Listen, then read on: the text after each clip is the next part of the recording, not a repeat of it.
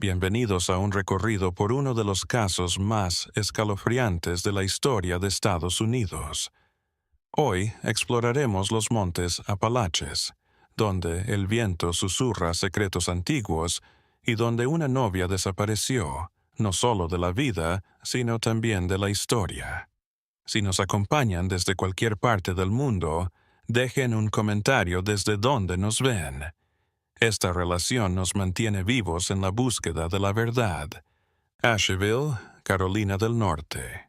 Un pueblo acurrucado entre montañas envueltas en niebla, donde los árboles ancestrales susurran secretos que nadie más se atreve a escuchar.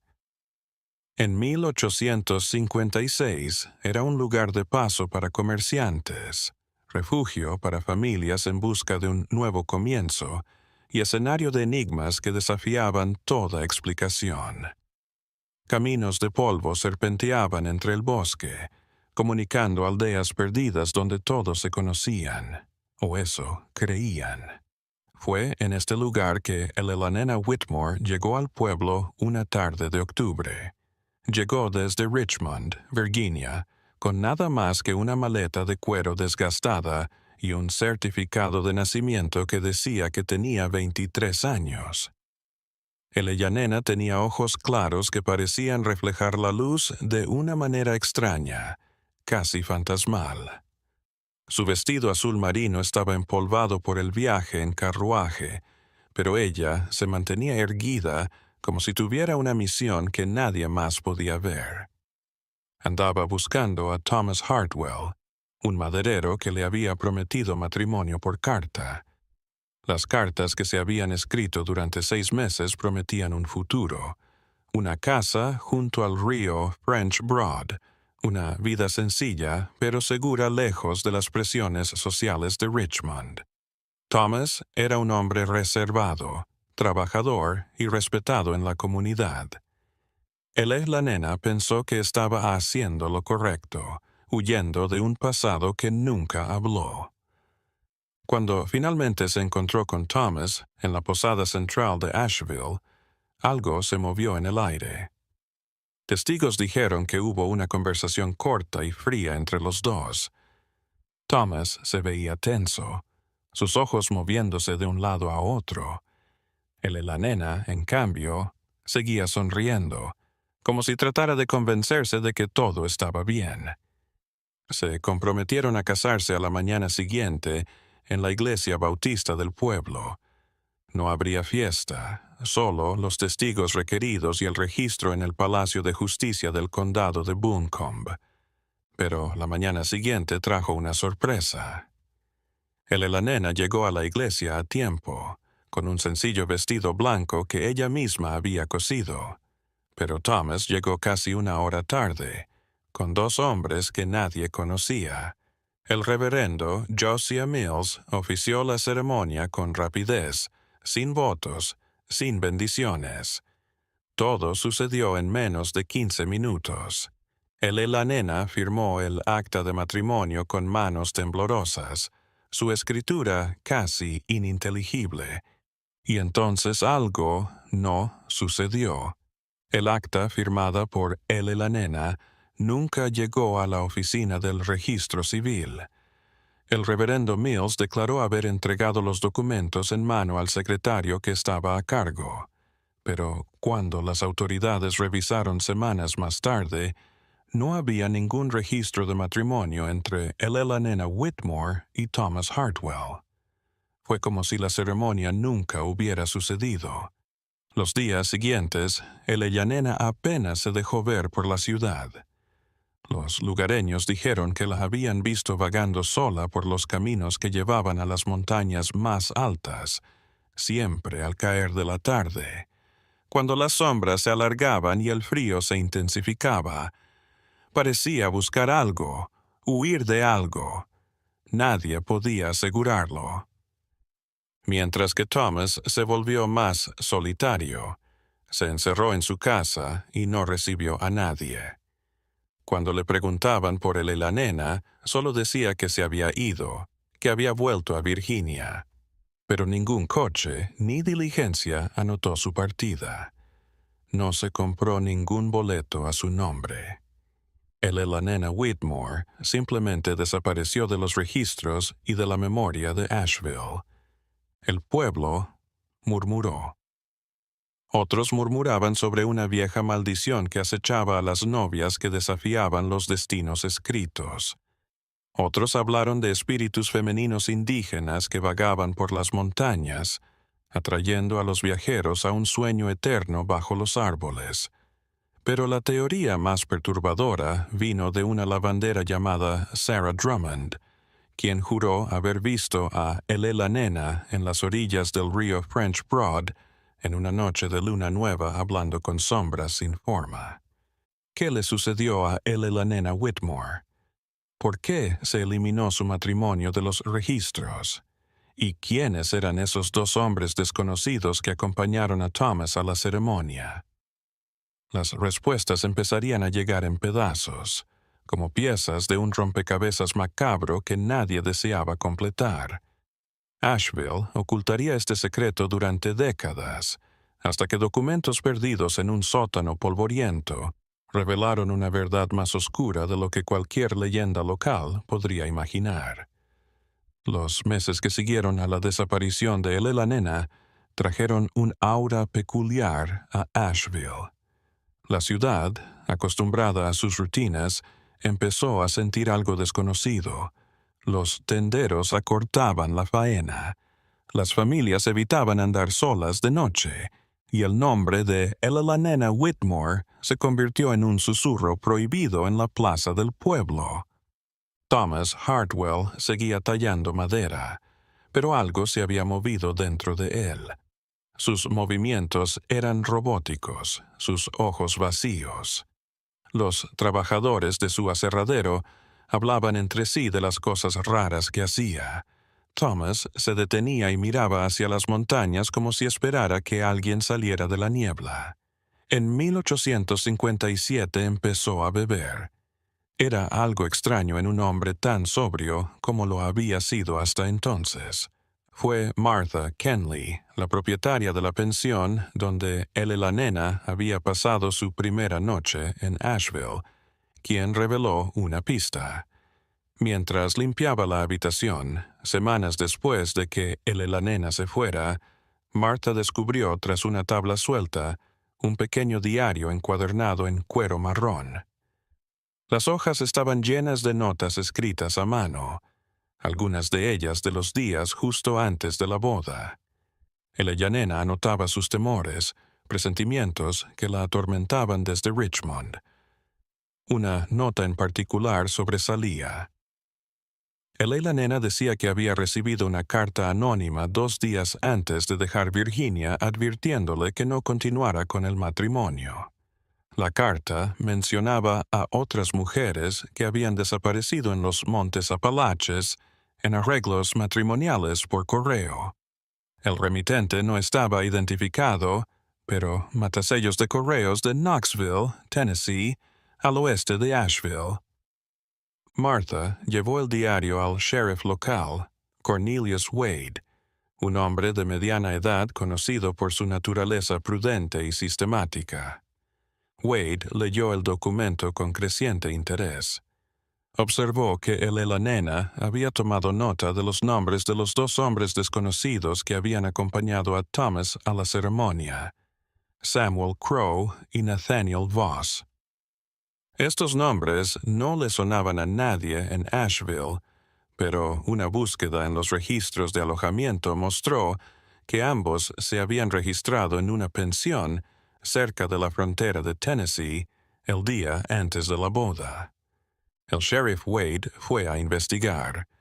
Llegó a Knoxville en febrero de 1857, desafiando caminos cubiertos de barro y el frío de las montañas. Allí se reunió con la policía local y descubrió algo alarmante. Al menos 4 mujeres habían desaparecido tras mudarse a pueblos remotos de los Apalaches para casarse con hombres que habían conocido por correo. Todas compartían características similares. Provenían de ciudades más grandes, No tenían familiares cercanos y desaparecieron semanas después de la supuesta ceremonia matrimonial. El modus operandi era inquietantemente similar. En todos los casos, el matrimonio había sido apresurado, con pocos testigos, y los registros oficiales habían desaparecido o eran inconsistentes. Los novios, interrogados después, dijeron que las mujeres se habían marchado por su propio pie, de vuelta a sus casas, pero ninguna de ellas volvió a ser vista por amigos o familiares lejanos. Wade regresó a Asheville con una teoría oscura en mente. Sospechaba que estaba lidiando con algo más que una simple desaparición, algo orquestado, pero intentar cualquier cosa sería imposible. No había cadáveres, no había testigos confiables, y los hombres eran demasiado astutos como para dejar rastro. Cuando volvió a ver a Thomas Hartwell, esta vez con mejores datos, el maderero se mantuvo en su relato. Él y la nena se había ido, así de simple, pero su voz se agitaba y sus manos sudaban.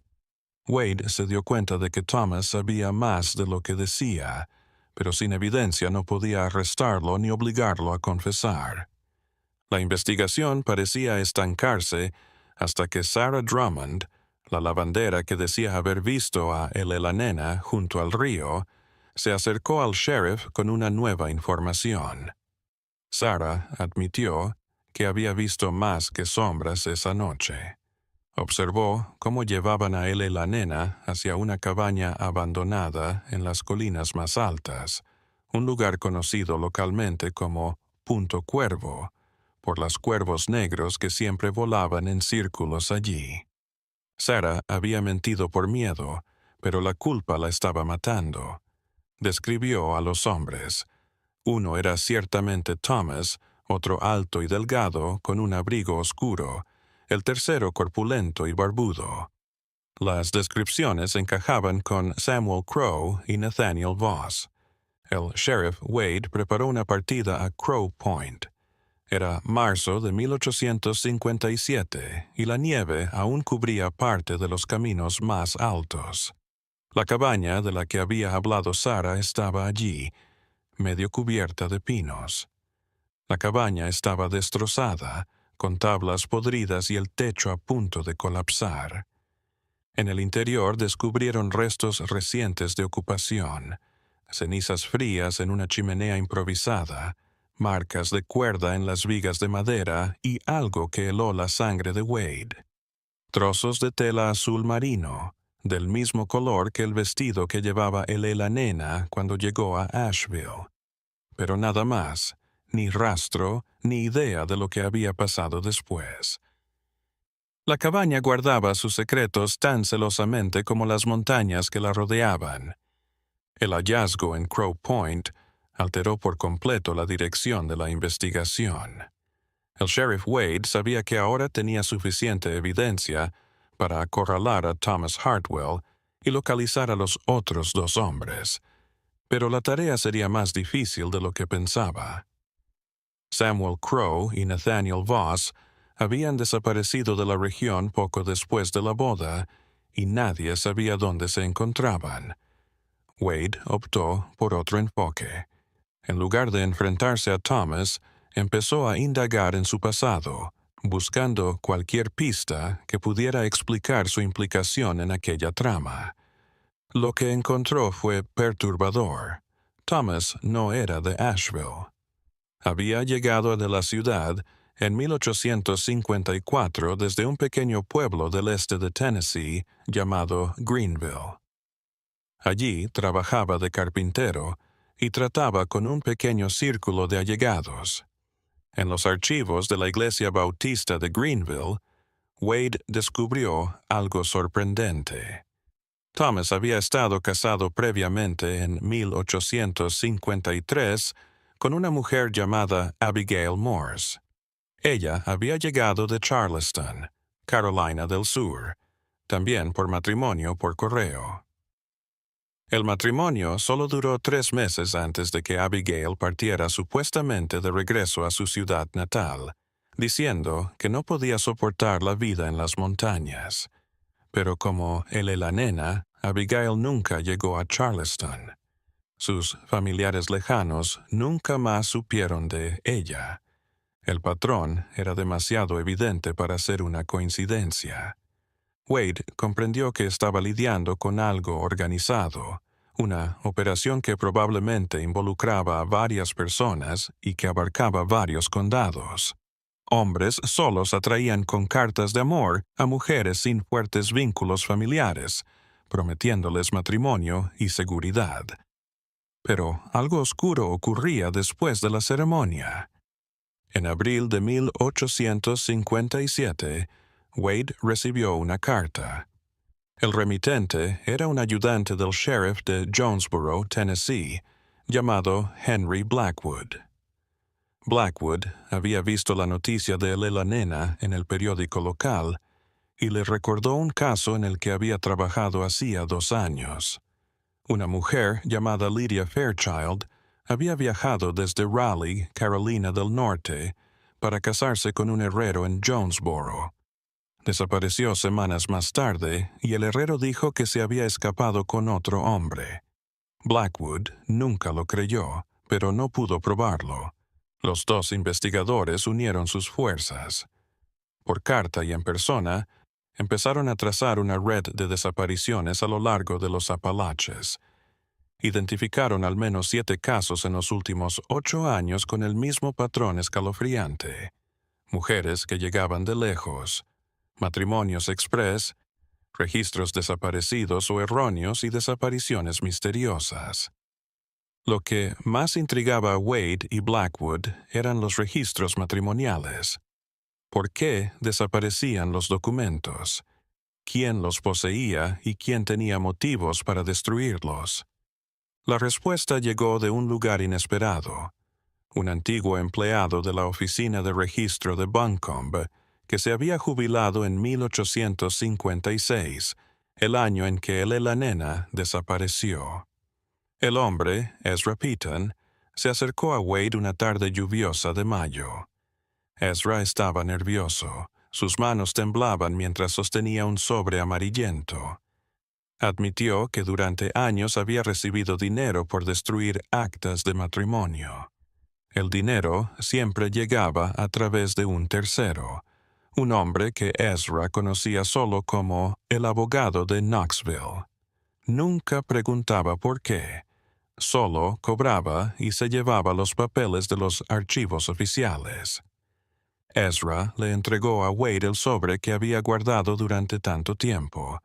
En su interior había copias de 3 actas de matrimonio que había borrado, entre ellas las de la nena Whitmore y Thomas Hartwell. Pero había más. Notas manuscritas en los márgenes de los documentos, números que parecían cifras en dólares, fechas que no coincidían con los matrimonios. Wade se dio cuenta de que estaba mirando algún tipo de libro de contabilidad, un registro de transacciones financieras. La bomba estalló.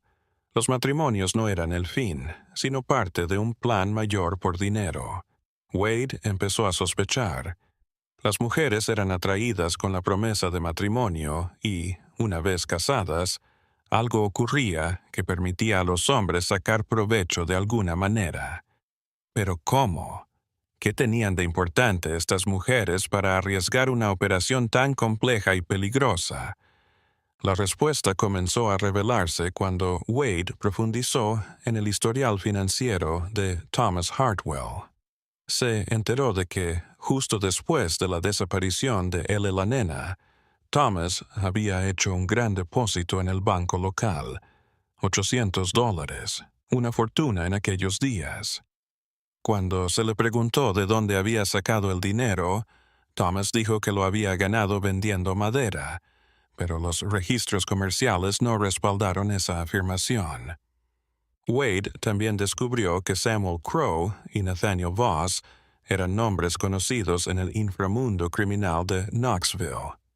Crowe había sido acusado de fraude en el pasado en casos relacionados con bienes raíces y herencias, y Voss era sospechoso de estar involucrado en esquemas de falsificación de documentos. Ambos estaban asociados con un bufete de abogados que trataba casos de herencias y testamentos, el tipo de negocio que podría aprovecharse de identidades robadas o manipuladas en registros civiles. La última pieza del rompecabezas estaba encajando. Las mujeres no eran elegidas al azar.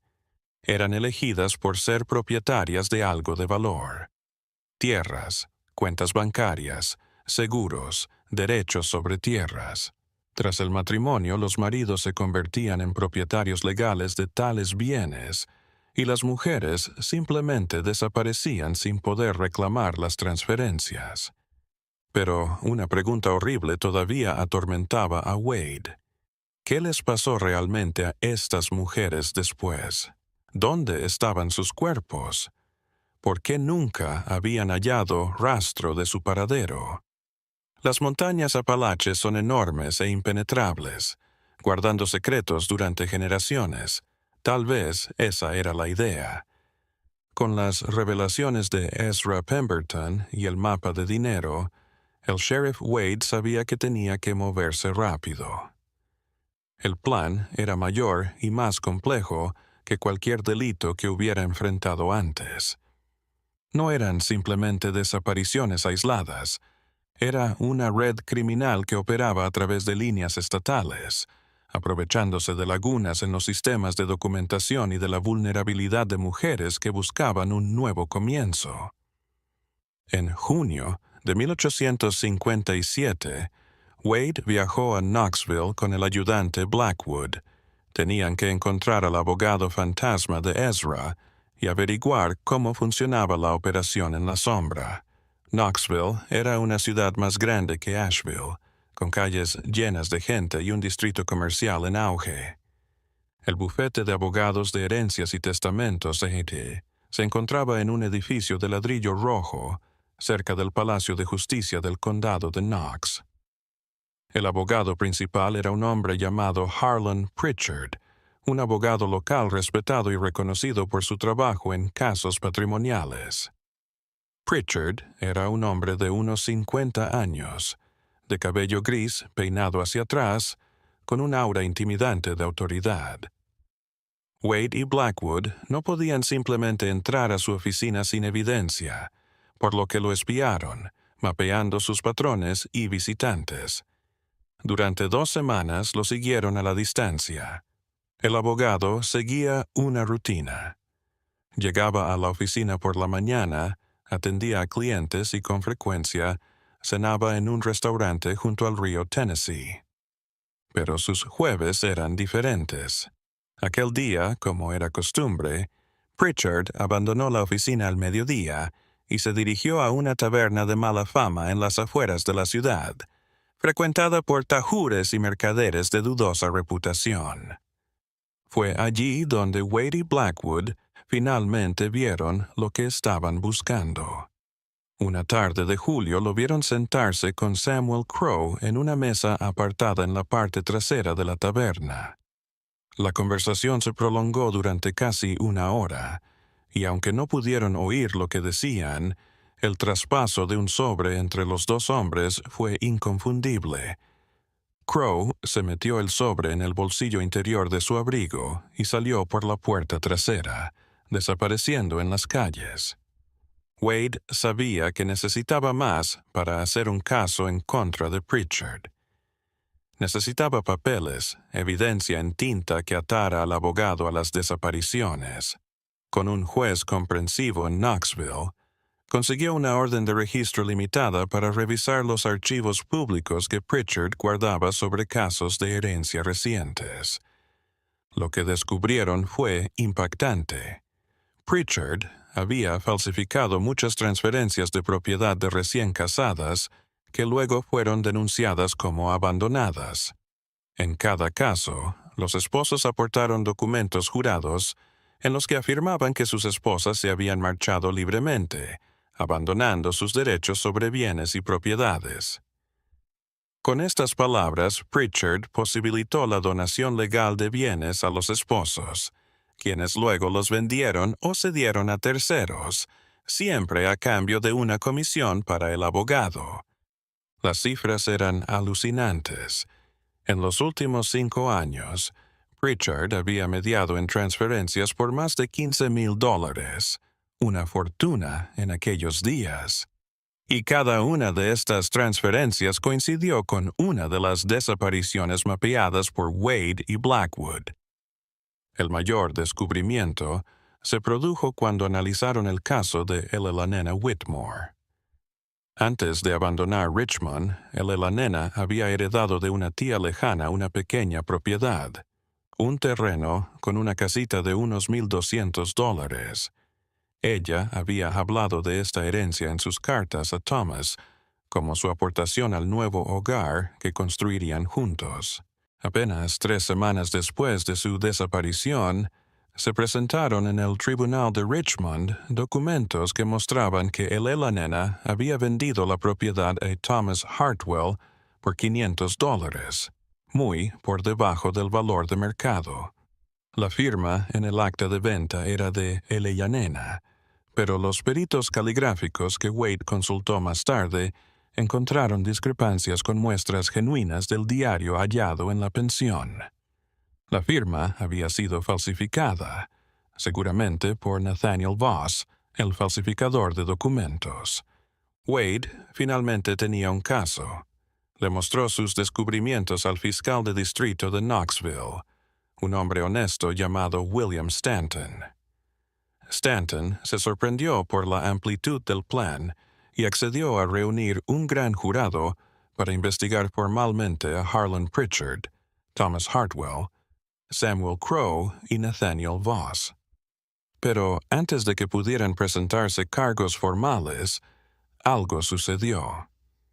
En agosto de 1857, Thomas Hartwell fue hallado en sus tierras de Asheville en un estado de gran desesperación. Los vecinos dijeron que escucharon gritos en su casa anoche. Cuando el sheriff Wade llegó, encontró a Thomas sentado en el suelo de su sala de estar, mirando al vacío, balbuceando.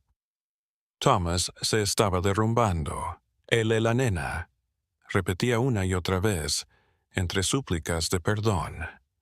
Wade trató de hablar con él, pero Thomas iba y venía entre la claridad y la confusión. En sus momentos de mayor claridad, empezó a destapar partes de lo que había ocurrido, pero siempre se quedaba a medias en sus confesiones, como si algo le impidiera terminar.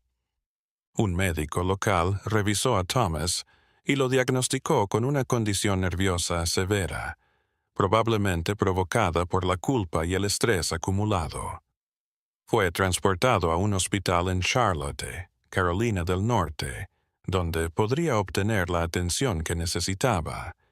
Pero antes de partir, Thomas le entregó a Wade una llave oxidada, diciendo: «Solo la verdad descansa donde los cuervos duermen». Wade supo al instante lo que quería decir Thomas: Crow Point. Había algo más en esa cabaña abandonada, algo que no habían visto la primera vez. La llave era de algún cofre o armario secreto, el lugar donde se guardaban los secretos. Wade volvió a aquel lugar tenebroso en las montañas, pero esta vez con un equipo más grande y las herramientas necesarias para una búsqueda completa. Lo que se ocultara allí podría revelar el destino de Elena y las demás desaparecidas. La segunda expedición a Crow Point se planeó para principios de septiembre de 1857. El sheriff Wade reunió a 6 hombres de confianza, incluido el ayudante Blackwood, que había llegado desde Jonesboro para unirse a la búsqueda. Llevaron linternas, palas y cuerdas, listos para explorar a fondo esa área remota en las montañas. El sendero a la cabaña abandonada parecía más oscuro esta vez. Los árboles creaban un dosel oscuro que oscurecía el sol, y el silencio solo se rompía por el graznido lejano de los cuervos que daban nombre al lugar. Alcanzaron la edificación en ruinas, y Wade sintió que se le apretaba el pecho, como si estuvieran a punto de descubrir algo que lo alteraría todo. La llave que Thomas había dado era pequeña y antigua, del tipo que podría encontrarse en la cerradura de un cofre o una puerta de despensa. Los hombres se pusieron a revisar sistemáticamente cualquier edificación cerrada. Fue uno de los asistentes quien se percató de algo. Una de las tablas del suelo de la cabaña sonaba hueca al pisarla. Apartando la madera podrida, descubrieron un hueco cavado en la tierra y cubierto con una gruesa tapa de madera oxidada y un candado oxidado. La llave de Thomas encajó. Wade abrió el estuche, sus manos temblando ligeramente. En su interior había una caja de metal, del tamaño de una caja de herramientas. La superficie estaba oxidada y sucia, pero aún estaba cerrada. La sacó suavemente a la superficie y la abrió bajo la tenue luz que se filtraba a través de las grietas de la cabaña. El contenido era perturbador en su sencillez. Papeles, montones de papeles, prolijamente apilados y protegidos del daño por la humedad en envoltorios de tela encerada. Había certificados de nacimiento, escrituras, pólizas de seguro, cartas. Cada juego era de una mujer diferente. Wade identificó rápidamente los papeles de Elena Whitmore, pero había más. Abigail Morse, Lydia Fairchild y otras 5 mujeres cuyos nombres aún desconocía. Junto con los papeles de identidad, había registros contables meticulosos, anotados con la misma escritura fina que Wade había visto en los archivos de Harlan Pritchard. Eran libros de contabilidad con cifras, fechas y nombres en clave. Con algo de esfuerzo, Wade descifró el código. Cada mujer estaba numerada y, al lado, se listaban sus activos antes y después de las transacciones. Las cantidades se repartían entre varias personas, siempre llevándose la mayor parte a alguien al que solo se conocía como H.P. Zach, Harlan Pritchard said clearly. Pero lo más perturbador de la caja era un cuaderno encuadernado en cuero negro. En el interior, manuscrito, había historias detalladas de cómo cada mujer había sido atraída, casada y luego bloqueada para desafiar las transferencias de propiedad. El tono era gélido, casi clínico, como si estuviera narrando una transacción de negocios de rutina. No se decía nada explícitamente sobre el destino de las mujeres, solo apuntes como retirada de la ecuación o neutralizada como problema. Wade se mareó al leer esas páginas. Tenía en sus manos la evidencia de un crimen premeditado y brutal que trataba las vidas humanas como simples medios para obtener ganancias. Pero la gran pregunta seguía siendo, ¿dónde estaban ahora estas mujeres? El delegado Blackwood, inspeccionando el vagón más de cerca, notó algo que todos los demás habían pasado por alto. En la pared interior del agujero cavado había grabados en la tierra compactada. Eran como flechas primitivas, todas apuntando en la misma dirección, hacia abajo. Algo más estaba enterrado allí. Con las manos y palas improvisadas cavaron. La tierra era firme, llena de piedras y raíces viejas. Tras cavar medio metro, una de las palas chocó con algo duro que no era roca. Era de madera, suave y pulida. Apartando más tierra, descubrieron lo que parecía ser una tapa de madera horizontal, como la entrada a una bodega o un sótano subterráneo. Wade hizo un gesto de advertencia. Despejaron la zona de alrededor y descubrieron bisagras oxidadas y un anillo de hierro para tirar. Juntos levantaron la tapa y descubrieron una escalera tosca que descendía a la oscuridad. El aire que escapaba era frío y denso, con olor a tierra y moho. Wade encendió su linterna y descendió primero, seguido de Blackwood y otros 2 hombres. La escalera tenía unos 10 escalones y descendía a una cámara subterránea con paredes de madera. El techo era bajo y tenían que agacharse. El espacio medía alrededor de 3 metros de largo por 2 de ancho y parecía deliberadamente edificado para algo. Las paredes de la cámara estaban gastadas. Había cuerdas en los postes de madera, manchas oscuras en el suelo de tierra, jirones de tela pudriéndose en las esquinas. Pero no había nada más, ni restos humanos, nada que indicara lo que había ocurrido allí. La cámara había sido limpiada, seguramente después de cada uso, pero la presencia de esa prisión subterránea era evidencia suficiente de malas intenciones. Wade se imaginó a Elle la nena y a las otras mujeres atrapadas allí, solas y aterrorizadas, mientras falsificaban sus posesiones y transferían sus papeles. Lo que pasó después era desconocido, pero la forma en que todo se movía de manera tan intencional y planificada solo sugería un destino que él no quería imaginar completamente. De vuelta en la superficie, Wade mandó que se registrara y fotografiara todo. Se contrató a un fotógrafo callejero de Asheville para que tomara imágenes de la escena y así tener pruebas para llevar a la corte. Los papeles en la caja de metal se volvieron a guardar y se pusieron bajo la custodia de Wade. Con esta información en su poder, supo que finalmente tenía lo necesario para obtener justicia. Pero también sabía que la pelea legal sería cuesta arriba. Harlan Pritchard era poderoso y estaba bien conectado. Samuel Crowe y Nathaniel Voss eran escurridizos y probablemente ya estarían haciendo planes para desaparecer en cuanto supieran que la investigación había llegado tan lejos. Thomas Hartwell estaba internado y tal vez nunca recuperaría la cordura suficiente para declarar. La verdad había salido a la luz, pero conseguir las condenas sería otra historia. Y, sobre todo, ¿qué era de las mujeres desaparecidas? Las montañas Apalaches parecían guardar su secreto para siempre.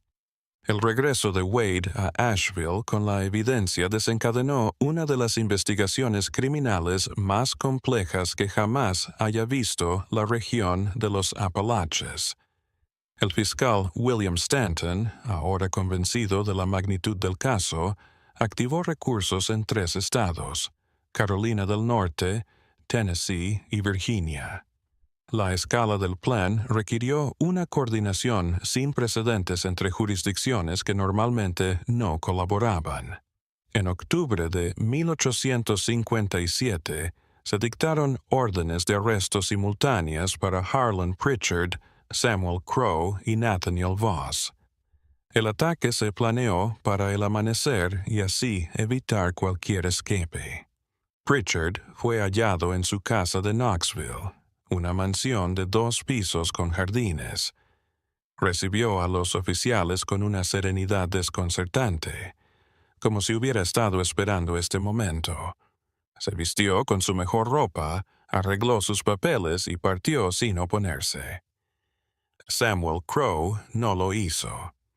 Se le encontró en una pensión en Bristol, en la línea fronteriza entre Tennessee y Virginia, evidentemente a punto de partir. Cuando la policía llamó a su puerta, intentó huir por la ventana trasera, pero fue capturado tras una breve persecución por calles cubiertas de barro. En su habitación se hallaron identificaciones falsas con distintos nombres y más de $1,500 en billetes de bancos diferentes. Nathaniel Voss resultó ser el más elusivo de los 3. Se había esfumado, dejando Knoxville semanas atrás, aparentemente enterado de la investigación. Wade envió alertas a todas las estaciones de policía y sheriff desde Georgia hasta Pennsylvania, pero Voss parecía haberse esfumado. Su experiencia en falsificación probablemente le permitió moverse con diferentes identidades, lo que hizo muy difícil su captura. El juicio de Harlan Pritchard y Samuel Crowe se llevaría a cabo en enero de 1858 en Knoxville, ya que era la jurisdicción con mayor evidencia en papel. El caso atrajo la atención de todo el estado, y periódicos de ciudades tan lejanas como Atlanta enviaron reporteros para cubrir lo que ahora se conocía como el escándalo de la novia de los Apalaches. La defensa de Pritchard fue llevada a cabo por dos abogados locales de Nashville que tenían reputación de saber sembrar dudas razonables. Su defensa desde el principio fue reconocer que Pritchard había facilitado transferencias de propiedades, pero que todo se hizo legalmente en base a documentos que parecían legítimos. En cuanto a las desapariciones de las mujeres, la defensa dijo que no había evidencia de delito, solo evidencia circunstancial y especulaciones. Samuel Crowe, en cambio, guardó silencio en todos los primeros pasos.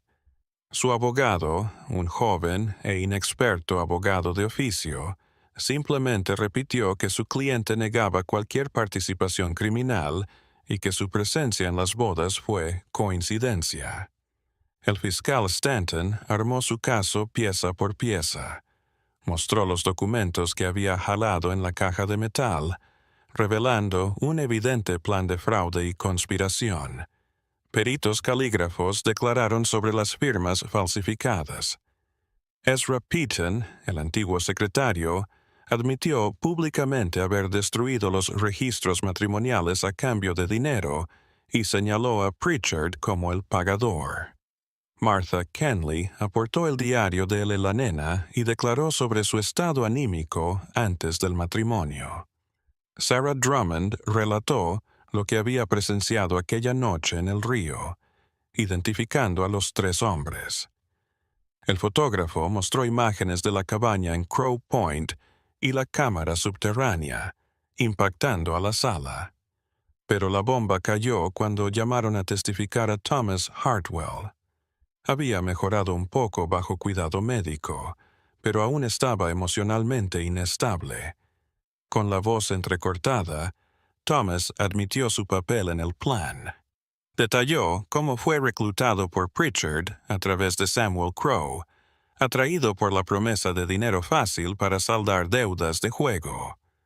Thomas relató el modus operandi. Enviaba cartas de amor a viudas que vivían lejos y cuyos anuncios en el periódico señalaban que tenían bienes o herencias. Una vez que hacía la correspondencia, las invitaba a que se casaran. Eso sí, que vinieran solas y que no le dijeran a muchas personas. Tras las ceremonias, las mujeres eran llevadas a Crow Point con cualquier excusa y encerradas en la cámara subterránea mientras se falsificaban sus papeles y se transferían sus bienes. La sala de audiencia se quedó en silencio cuando el juez preguntó qué pasó con estas mujeres después de que se hicieron las transferencias. Thomas abrió la boca para responder, pero la voz le falló. Las lágrimas corrían por su rostro. Abrió la boca varias veces, pero no pudo hablar. Finalmente, se derrumbó y fue retirado de la sala en estado de shock. Esa pregunta sin respuesta colgaba en la sala como una nube oscura. Todos captaron el mensaje, pero sin una confesión o la aparición de restos humanos, el fiscal no podía acusar formalmente a los sospechosos de asesinato. Los cargos siguieron siendo fraude, conspiración, falsificación y secuestro. La defensa dijo que sin cuerpos, sin testigos de la violencia, sin una confesión completa, no había evidencia de que ninguna mujer hubiera sido asesinada. Podrían haber sido liberadas en lugares lejanos, podrían haber iniciado nuevas vidas con otros nombres, podrían haber tenido cualquier destino diferente a la muerte. Era un argumento técnicamente correcto, pero moralmente abominable. El jurado deliberó durante 3 días. La sala estaba repleta cuando volvieron con el veredicto en febrero de 1858. Harlan Pritchard fue condenado por conspiración para cometer fraude, falsificación y facilitar un secuestro. Samuel Crowe corrió la misma suerte, más el cargo de intento de fuga de la justicia. Las condenas fueron severas. Pritchard fue condenado a 20 años, Crowe a 15, pero no fue condenado por asesinato. Legalmente, él y la nena Whitmore y las demás mujeres seguían desaparecidas, no muertas. Fue una victoria legal agridulce que dejó a Wade y a muchos otros sintiendo que no se había hecho justicia por completo. Las familias separadas de sus seres queridos encontraron algo de consuelo en el castigo de los culpables, pero la incertidumbre sobre el destino de sus seres queridos los atormentaría durante años. Los años que siguieron al juicio trajeron muchos cambios a Asheville y sus alrededores. El caso de las novias desaparecidas marcó la región, cambiando la percepción sobre los matrimonios por correo y la confianza en extraños. Los periódicos locales llenaron sus páginas con advertencias a las mujeres para que no aceptaran proposiciones de extraños, y las autoridades reforzaron la vigilancia de los registros matrimoniales. Thomas Hartwell nunca se recuperó por completo. Pasó el resto de sus días en el asilo de Charlotte, en sus idas y venidas de lucidez y depresión. En sus cartas esporádicas al sheriff Wade se disculpó una y otra vez, pero nunca terminó la confesión que había comenzado en la corte. Murió en 1863, llevándose con él los últimos detalles que podrían haber dado consuelo a las familias de las víctimas. Harlan Pritchard salió de la penitenciaría estatal de Tennessee, su orgullo intacto. Se carteó con compañeros del mundo legal, siempre proclamando su inocencia parcial y diciendo que solo había sido un intermediario desinformado. Cuando salió en 1878, tras 20 años, era un anciano destrozado, repudiado por todos aquellos que conocían su historia.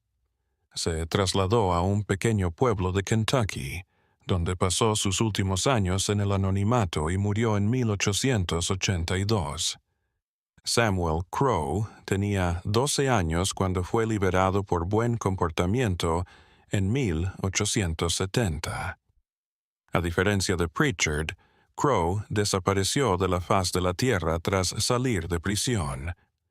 Los rumores esporádicos lo situaban en distintos estados, siempre en algún pequeño fraude, pero nada se confirmó. Se convirtió en un fantasma, un nombre susurrado en cuentos de advertencia. El único que logró evadir la justicia, Nathaniel Voss, permaneció prófugo. Durante años, a Wade le llegaron informes no confirmados de que la habían visto en lugares tan distantes como Luisiana y Michigan, pero cuando la policía local llegaba para investigar, el sospechoso se había ido. En 1869, un hombre llamado Voss fue avistado supuestamente en San Francisco, California, trabajando bajo un nombre falso en una oficina de inmigración.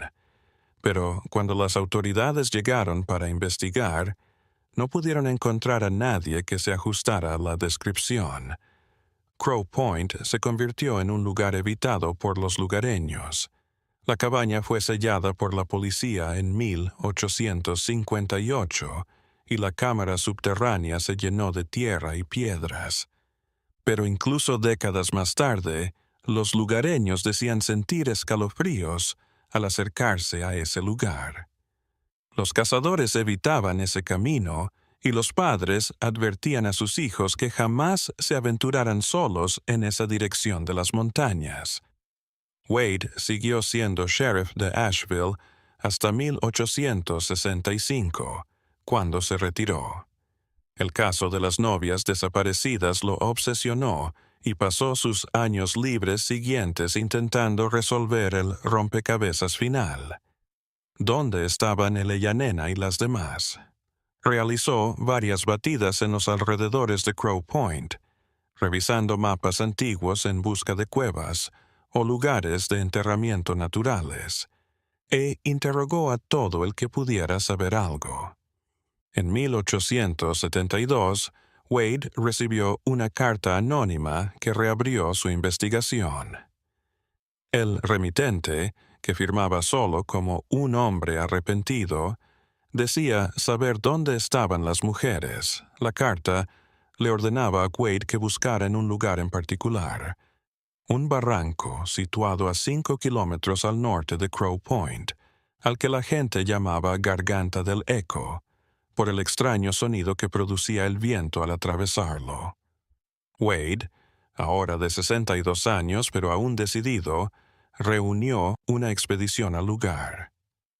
La Garganta del Eco era una hendidura en la roca que se hundía casi 30 metros en vertical, con paredes cubiertas de vegetación. Era un lugar peligroso, poco frecuentado, ideal para ocultar secretos que no debían ser encontrados. Con cuerdas y equipo adecuado, un grupo se deslizó al fondo del barranco. Lo que descubrieron fue tanto revelador como insuficiente. Había restos de efectos personales esparcidos entre las piedras, un peine de madera roto, trozos de tela que parecían de ropa, botones metálicos oxidados, trozos de cuero que parecían de maletas o bolsos. Pero nada era definitivo, nada que pudiera asegurar que este era el lugar de descanso final de las mujeres desaparecidas. Los años y el clima habían borrado cualquier rastro orgánico. La naturaleza se había apoderado del lugar, cubriéndolo de hojarasca, ramas y vegetación nueva. Wade recogió las pertenencias, catalogó todo, pero sabía que incluso este hallazgo no traería el cierre que las familias merecían.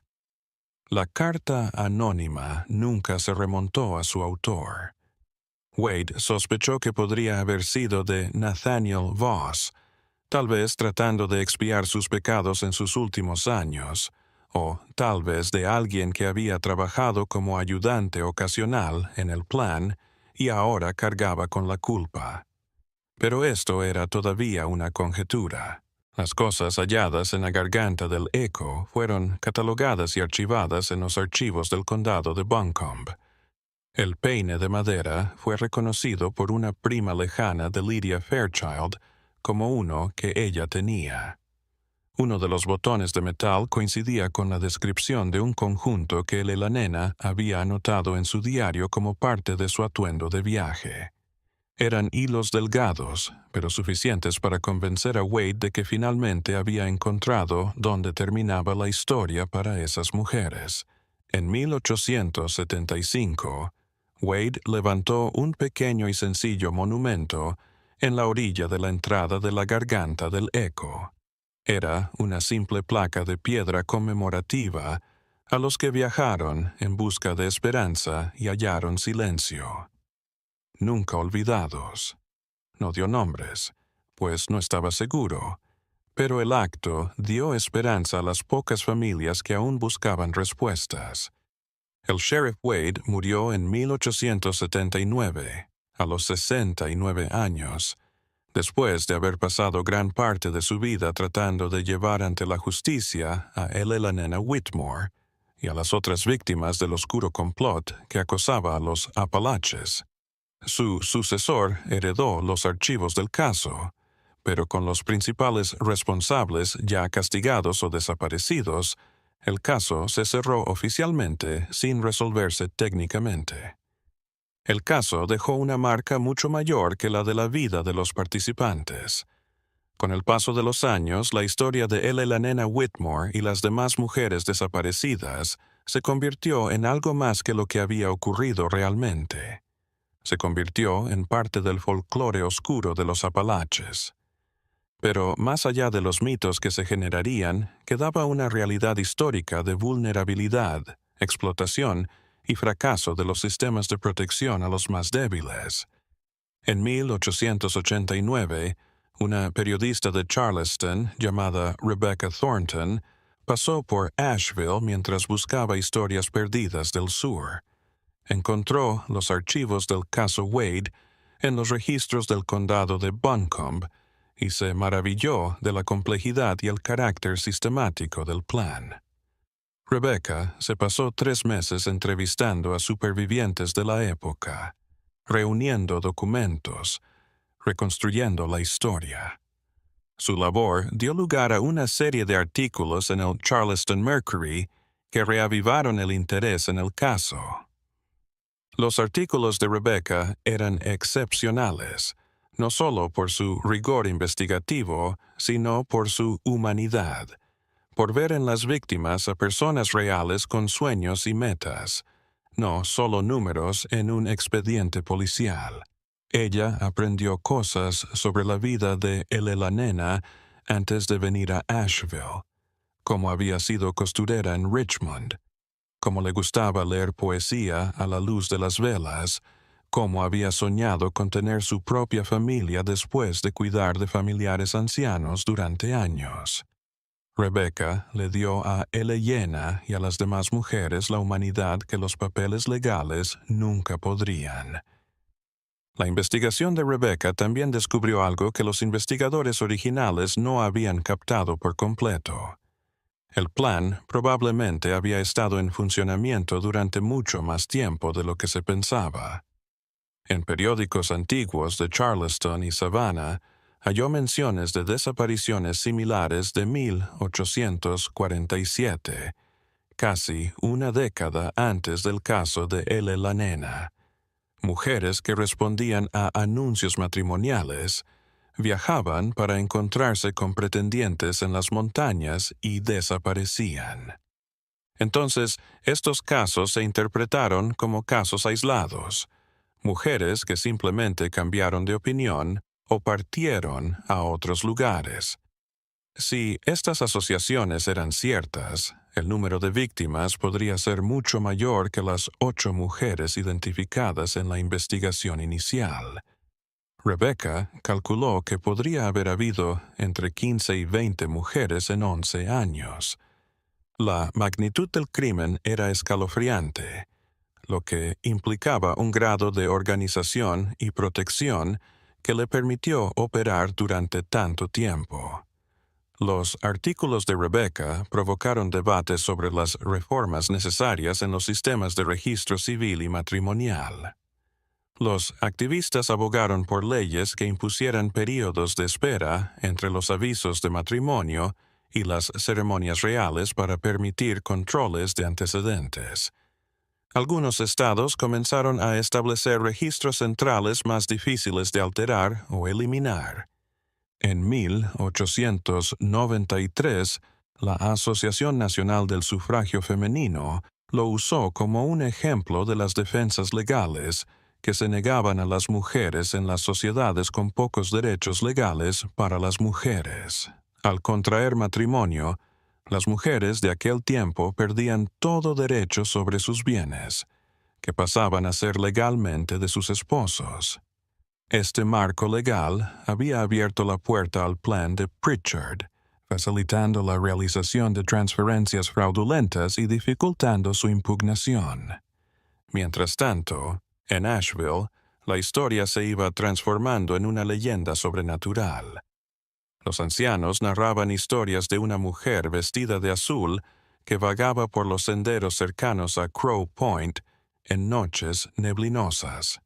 Algunos afirmaban escuchar voces femeninas llevadas por el viento mientras la niebla descendía sobre las montañas, pidiendo ayuda que nunca llegaría. Estas narraciones, por supuesto, exageradas por la superstición y la edad, revelaban algo más: la conciencia colectiva de la gente de que allí se había cometido una gran injusticia y que nunca se había hecho justicia. El hecho de que nunca se encontraran ni identificaran los cuerpos de las mujeres dejó una cicatriz en la memoria colectiva local. En 1901, mientras construían un nuevo paso de tren por las montañas cerca de Asheville, los trabajadores desenterraron algo perturbador. A unos 8 kilómetros al noreste del antiguo Crow Point, mientras cavaban para las bases de un puente, desenterraron lo que parecían ser restos de antiguas posesiones personales, trozos de espejos, cepillos para el cabello, más botones de metal y tela parcialmente conservada por el suelo en el que se encontraba.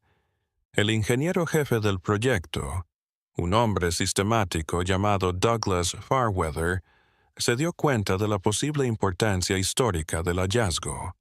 Interrumpió el trabajo y llamó a la policía local. Un detective retirado que había trabajado con Wade en sus últimos años inspeccionó las pertenencias y determinó que coincidían con la época y el tipo de cosas que habrían tenido las mujeres desaparecidas. Este hallazgo indicó que la garganta del Echo tal vez no fuera el único escondite de los criminales, o que Wade hubiera sido mal informado en la carta anónima. Los Apalaches son enormes y están llenos de rincones aislados donde los secretos podrían perderse para siempre. Cada nuevo hallazgo no hizo sino confirmar la magnitud de la operación y la imposibilidad de recuperar toda la verdad. El ferrocarril siguió construyéndose, pero el lugar donde se hallaron los objetos quedó señalado en los mapas oficiales. Décadas más tarde, cuando esa parte del ferrocarril se desmanteló en 1947, los lugareños construyeron otro pequeño monumento similar al de Wade, dándose cuenta de que la tierra todavía recordaba tragedias pasadas. A principios del siglo XX, los historiadores empezaron a mirar el caso más académicamente, encajándolo en los patrones más grandes de crimen y explotación del siglo XIX. Un profesor de la Universidad de Carolina del Norte en Chapel Hill escribió un informe de 1912 llamado Crímenes de oportunidad en las montañas fronterizas, un capítulo entero para el esquema de la novia desaparecida. El estudio planteó que tales casos eran más frecuentes de lo que indicaban las estadísticas oficiales, sobre todo en zonas aisladas con escasa presencia policial y registros civiles deficientes. El aislamiento geográfico, la movilidad de la población de la época y la ausencia de comunicación instantánea entre jurisdicciones permitieron que los delincuentes actuaran con impunidad durante mucho tiempo. El Ellanena Whitmore, en particular, se erigió como un ícono dentro de esta narrativa más amplia. Su historia fue la de miles de mujeres que durante el siglo XIX viajaron solas en busca de una vida mejor y que se encontraron con un mundo más peligroso de lo que imaginaban. Ella fue a la vez singular en los detalles y genérica en la representación de la vulnerabilidad femenina en tiempos de cambio social. En 1925, la ciudad de Asheville, ahora mucho mayor y más moderna que en tiempos de Ellanena, le rindió una ceremonia conmemorativa oficial en el 70º aniversario aproximado de los acontecimientos. La ciudad, los herederos de Wade y del ayudante Blackwood, y las mujeres de la organización se reunieron en el Palacio de Justicia del Condado para dedicar una placa. La placa conmemorativa nombró a las víctimas del fraude y elogió a aquellos que lucharon por llevar ante la justicia, parcialmente, a los perpetradores. La ceremonia llamó la atención de los periódicos locales y por primera vez en décadas, el caso volvió a ser noticia. Los lectores escribieron para contar historias similares sobre familiares desaparecidos en otras partes del sur, lo que indicaba que el problema era mucho más amplio de lo que se había informado. Algunas de estas cartas incluso revelaban información que los historiadores actuales utilizarían para trazar redes criminales de la época. En los archivos que la Sociedad Histórica Local había guardado, lo que quedaba del caso, el diario de El Ellanena, los papeles de la caja metálica, las fotos de la cabaña y la cámara subterránea, las cartas de Wade y otros investigadores. Estos materiales se transformaron en herramientas para enseñar historia criminal, derechos de las mujeres y la evolución del sistema de justicia estadounidense. A lo largo del siglo XX, nuevas generaciones de investigadores se obsesionaron con el caso de L. Whitmore y las novias perdidas de los Apalaches. Cada década aportó nuevas miradas, mejores herramientas de análisis y nuevos contextos históricos que arrojaron luz sobre aquella vieja tragedia. En 1956, 100 años después de su desaparición, la Universidad de Duke celebró un simposio académico sobre crímenes históricos sin resolver del sur de Estados Unidos. La novia de los Apalaches fue el caso de estudio, con historiadores, criminólogos y sociólogos dando sus perspectivas. Una de las mejores piezas fue presentada por una candidata a doctora llamada Elena Marsh, que había pasado 3 años trabajando en el caso. Elena trajo un nuevo enfoque de uso del análisis psicológico en los perfiles de los criminales involucrados. Se empapó de los textos de Harlan Pritchard mientras estuvo en prisión, las cartas que Thomas Hartwell le había escrito a Wade y las actas del juicio. Su conclusión fue que el esquema no estaba motivado únicamente por la codicia financiera, sino también por una perversión de poder y control. Los hombres que participaron, dijo, se sintieron atraídos no solo por la ganancia, sino por el poder absoluto que ejercían sobre vidas indefensas. Esta visión psicológica añadió otra capa de comprensión de por qué el esquema había funcionado tan bien durante tanto tiempo. No era un crimen de oportunidad. Era un negocio que atraía a cierto tipo de personas. Personas capaces de compartimentar la moralidad, de considerar a los demás como recursos a explotar y de colaborar en la clandestinidad mientras mantenían una fachada social respetable. Mientras realizaba su tesis doctoral, Helena descubrió algo increíble en los archivos de la Biblioteca del Congreso en Washington. Entre los documentos relacionados con las reformas postales del siglo XIX, encontró correspondencia entre administradores de correos regionales que discutían preocupaciones sobre esquemas de matrimonio fraudulentos que operaban a través del sistema postal. Una carta de 1855 ya señalaba los Montes Apalaches como zona problemática, con casos de mujeres que escribían a señas falsas o abandonadas. Este hallazgo indicó que las autoridades federales ya conocían el problema antes de que se hiciera público el caso de L. pero carecían de jurisdicción o recursos para perseguir eficazmente delitos que cruzaban fronteras estatales. El sistema judicial de la época simplemente no estaba preparado para enfrentarse al crimen organizado interestatal, un vacío que criminales astutos como Pritchard aprovecharon. En 1968, un cineasta documental independiente de Knoxville llamado Martin Vickers hizo un corto sobre el caso, recreándolo con dramatizaciones y entrevistas con historiadores locales. La película Ecos de las Montañas se proyectó en festivales locales y finalmente fue comprada por una estación de televisión educativa que la transmitió en repetición a lo largo de la década de 1970. Para muchos estadounidenses, sobre todo en las ciudades, era la primera vez que oían hablar de este episodio sombrío de los Apalaches. La película de Vickers reavivó el interés público. Los universitarios empezaron a tomar el caso como objeto de estudio. Los clubes de lectura comentaron libros que hablaban de L. y de cómo había desaparecido.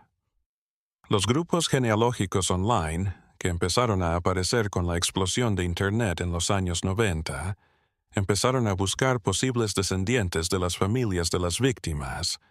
elaborando árboles genealógicos y enlazando historias familiares separadas. Una de estas genealogistas, Patricia Whitmore, descubrió en 1997 que era tataranieta de una prima lejana de Eleyanena. Se emocionó al conocer la historia de su familiar y viajó hasta Asheville para ver los lugares relacionados con la historia. Patricia fue al juzgado donde se había llevado a cabo el juicio, al lugar de la antigua pensión de Martha Kenley y, finalmente, a los senderos donde una vez estuvo Crow Point. La cabaña original hacía tiempo que había desaparecido, engullida por el bosque, pero Patricia localizó el lugar en un mapa histórico que poseía la Sociedad Histórica local. De pie entre los árboles antiguos, escuchando el cuervo lejano, se sintió cerca de Eleyanena, una mujer que había muerto hace más de 140 años, pero cuya historia aún latía a través del tiempo. Patricia redactó unas memorias tituladas En busca de Eleyanena, Viaje a través del tiempo y la tragedia, publicadas en 2003. El libro entretejía historia familiar, historia local y reflexiones personales sobre cómo las tragedias del pasado seguían moldeando las identidades familiares actuales. Parte de lo que ganó con el libro lo donó para crear una beca en la Universidad de Carolina del Norte para estudiantes de historia o justicia criminal que investiguen crímenes históricos sin resolver cuyas víctimas sean mujeres. En 2006, la tecnología forense moderna finalmente abrió nuevas puertas para el antiguo caso. Un antropólogo forense de la Universidad de Tennessee sugirió una expedición científica para estudiar la garganta del eco y otros lugares de interés. Usando radar de penetración terrestre y otras tecnologías no invasivas, el equipo mapeó anomalías subterráneas que sugieren alteraciones pasadas del suelo. La expedición localizó varias zonas de interés, pero 150 años de erosión, crecimiento de raíces y pequeños deslizamientos de tierra habían cambiado por completo el paisaje. Las pruebas de suelo mostraron algunas anomalías químicas en línea con materia orgánica en descomposición antigua, pero nada concluyente como evidencia de restos humanos. La tecnología era increíble, pero no podía resolver enigmas tan antiguos. Casi al mismo tiempo, un archivero de los registros estatales de Tennessee tropezó con algo interesante. Entre los papeles del sistema penitenciario, descubrió una colección de cartas escritas por Samuel Crow en los últimos años de su condena, entre 1868 y 1870. Estas cartas iban dirigidas a un capellán de la prisión, y en ellas hablaba de culpa, arrepentimiento y el peso de los secretos que guardaba. En una carta particular de marzo de 1869, Crow declaró crípticamente: «Las montañas tienen lo que se llevaron, y solo ellas saben la verdad. Éramos peones de algo mayor, un mal que se nutría de la esperanza desesperada. Veo sus caras todas las noches, las que creyeron en palabras sobre papel, pero huecas en realidad». Estas fueron lo más cerca que cualquiera de los participantes llegó a confesar la culpa en papel. Aunque no dieron nombres de lugares concretos, confirmaron lo que siempre habían sospechado los investigadores. Las mujeres habían corrido destinos horribles, y los hombres que habían sido responsables cargaban con ese conocimiento como una losa psicológica.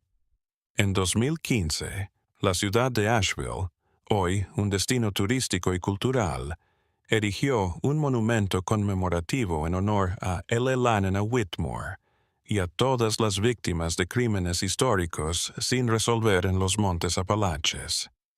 El monumento es una apacible plaza con bancos de piedra dispuestos en semicírculo en torno a una fuente. En placas de bronce están inscritos los nombres más familiares de las víctimas del esquema: como Elelanena, Abigail, Lidia y otras 5 mujeres cuyos nombres fueron descubiertos por la investigación histórica.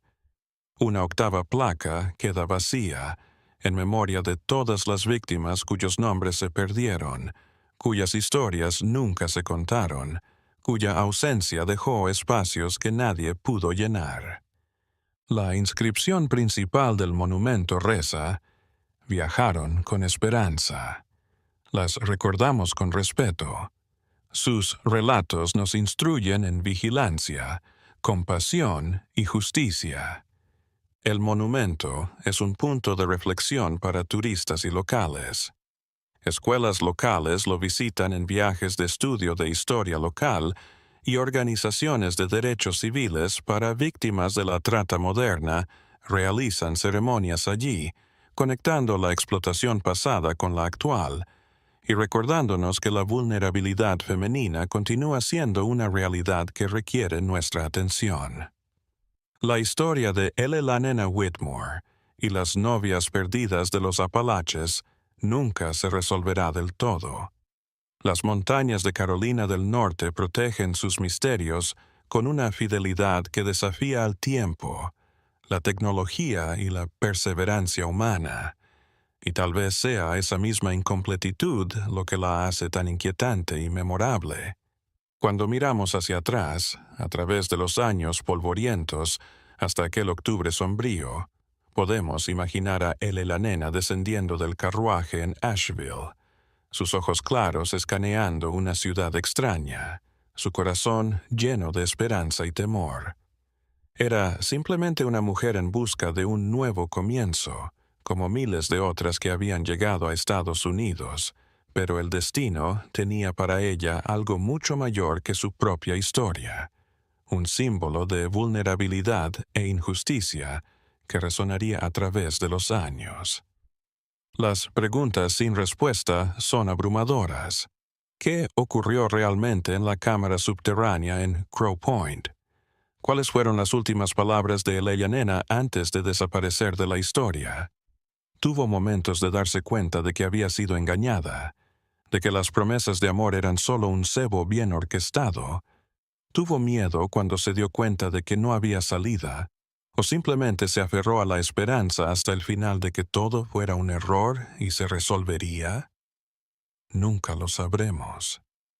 Y esta ceguera forzada nos deja con la sensación de que la historia está incompleta, de que la justicia, aunque parcialmente lograda con las condenas de Pritchard y Crow, nunca llegó a restaurar por completo a todas las víctimas, a darles reconocimiento, a permitir que sus familias encontraran la paz.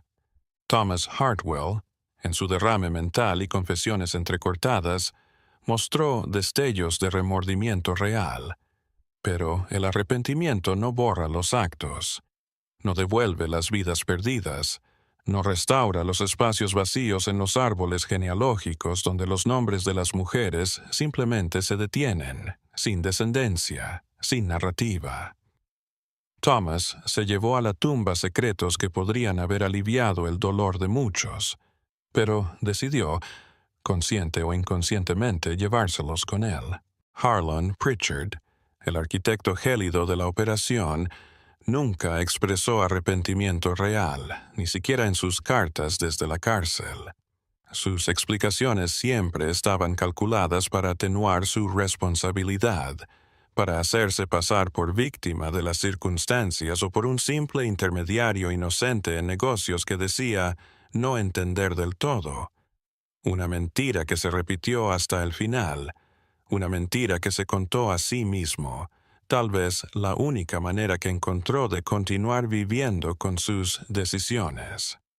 Samuel Crow, cuyas cartas al capellán de la prisión proporcionaron lo más cercano a la verdad, desapareció tras ser liberado como un fantasma que regresa de la niebla. Recorrió libremente las calles de América durante años perdidos, arrastrando consigo los fantasmas de rostros y voces que lo atormentaban en sus noches. ¿Encontró la paz? Se hizo una nueva vida con otro nombre, huyendo de su pasado, o la culpa lo devoró de maneras que nunca conoceremos. Y Nathaniel Voss, el único que nunca fue capturado, sigue siendo un signo de interrogación para siempre. Podría haber muerto décadas después de los acontecimientos, posiblemente incluso entrado en el siglo XX, siempre mirando por encima del hombro, siempre cambiando de ciudad en cuanto sospechaba que alguien podía reconocerlo. O tal vez tuvo su propia muerte temprana en algo que nunca tuvo nada que ver con el caso de Asheville. La historia está repleta de criminales que simplemente desaparecen, y Voss no fue una excepción. El mundo es muy diferente al de mediados del siglo XIX. Las mujeres han logrado derechos legales, independencia económica y protecciones que Leia Nena y sus contemporáneas nunca tuvieron. Los registros civiles son más fuertes, más difíciles de manipular. La comunicación instantánea de la tecnología actual hace casi imposible que alguien desaparezca sin dejar rastro digital. Y, sin embargo, los delitos de explotación están ahí, reconvertidos. La fragilidad humana, lamentablemente, siempre está presente. Las montañas Apalaches permanecen inmutables ante las tragedias humanas que han ocurrido en sus laderas. Los árboles que vieron lo de 1856 ya no existen, sustituidos por nuevas generaciones de pinos y robles. Los caminos que el Nena pisó están enlosados o perdidos. La cabaña en Crow Point se ha desvanecido de nuevo en el polvo. Pero la memoria perdura, guardada en papeles amarillentos, en historias contadas y recontadas, en piedras grabadas que señalan tumbas de secretos. Los turistas que hoy visitan Asheville poco saben de este pasado sombrío. Vienen por la naturaleza, la escena artística, la arquitectura y la cultura.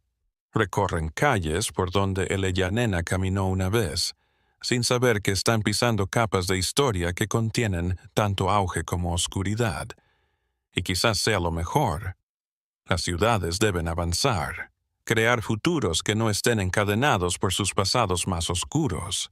Pero para quienes conocen la historia, quienes miran más allá de la superficie, la Nena Whitmore y las otras mujeres perdidas aún están allí, fantasmagóricamente. Nos recuerdan que cada época tiene sus propias formas de maldad, sus propios sistemas de opresión, sus propias víctimas silenciadas por el poder y el privilegio. Nos recuerdan preguntar, ¿quién está en riesgo hoy? ¿A quién explotan ahora? ¿Qué historias actuales están siendo silenciadas y solo se revelarán dentro de décadas, cuando sea demasiado tarde para hacer una diferencia?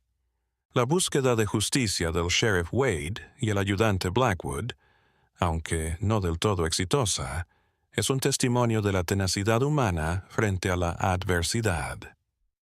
Wade podría haberse detenido cuando se agotó el rastro, cuando los testigos mintieron, cuando desaparecieron los documentos, pero siguió adelante, no por la fama o la recompensa, sino por el deber hacia aquellos que ya no podían hablar por sí mismos. Esta clase de consagración silenciosa a la justicia rara vez acapara los titulares, pero es la trama sobre la que se tejen las sociedades civilizadas.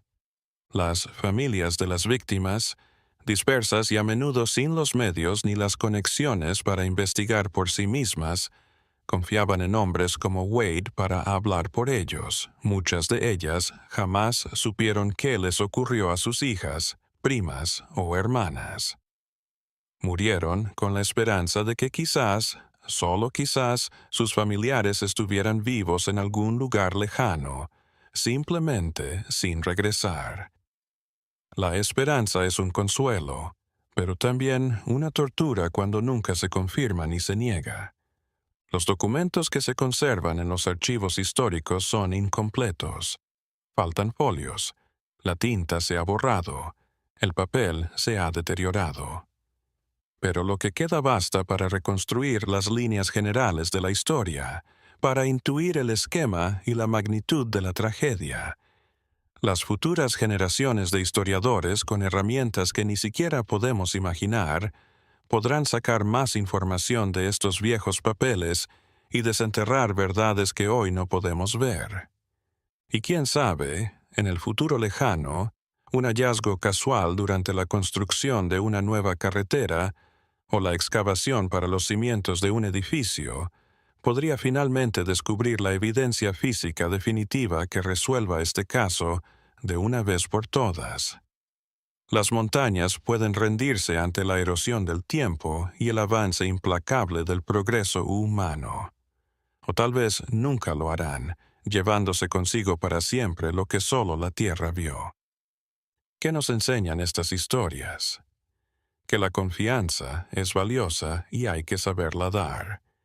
Que las redes de protección social son necesarias porque no todos obran de buena fe.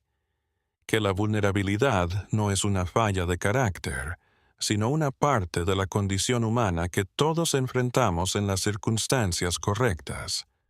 Que la justicia, aunque lenta y parcial, siempre merece ser buscada, y que la memoria importa, que narrar injusticias del pasado no es morboso, sino imprescindible para entender el presente y construir futuros mejores. La nena Whitmore fue a Asheville en busca de amor, seguridad y un nuevo comienzo. Solo halló traición, abuso y una muerte sin resolver incluso después de todos estos años. Su historia no es singular en la historia de Estados Unidos, sino que es la de muchas otras que nunca fueron registradas, nunca investigadas, nunca recordadas. Al narrarlo, rendimos homenaje no solo a él y la nena en particular, sino a todas aquellas cuyos nombres se perdieron, cuyas vidas fueron desechadas, cuyas voces fueron silenciadas para siempre. Las novias perdidas de los Apalaches son testigos silenciosas de una época en que la distancia realmente significaba aislamiento, en que la comunicación era lenta e incierta, en que las mujeres tenían pocas opciones y a menudo lo arriesgaban todo por una oportunidad de felicidad que a menudo resultaba ser una cruel ilusión. Ahora son otros tiempos, pero la naturaleza humana es la misma, capaz del bien y del mal. Y así concluye este recorrido por uno de los capítulos más sombríos de los Apalaches, una historia de esperanza traicionada, vidas truncadas, justicia incompleta y enigmas irresueltos. La nena y las demás mujeres merecen ser recordadas no solo como víctimas, sino como personas reales que vivieron, amaron, soñaron y vieron sus historias interrumpidas por aquellos que priorizaron la ganancia sobre la humanidad. Si esta historia le ha tocado, si le ha hecho pensar en la vulnerabilidad, la justicia o la memoria, suscríbase al canal y deje un comentario con sus reflexiones. Estas historias deben ser contadas y recontadas, no para glorificar la tragedia, sino para nunca olvidar lo que el pasado nos enseña. Hasta el próximo viaje por las sombras de la historia.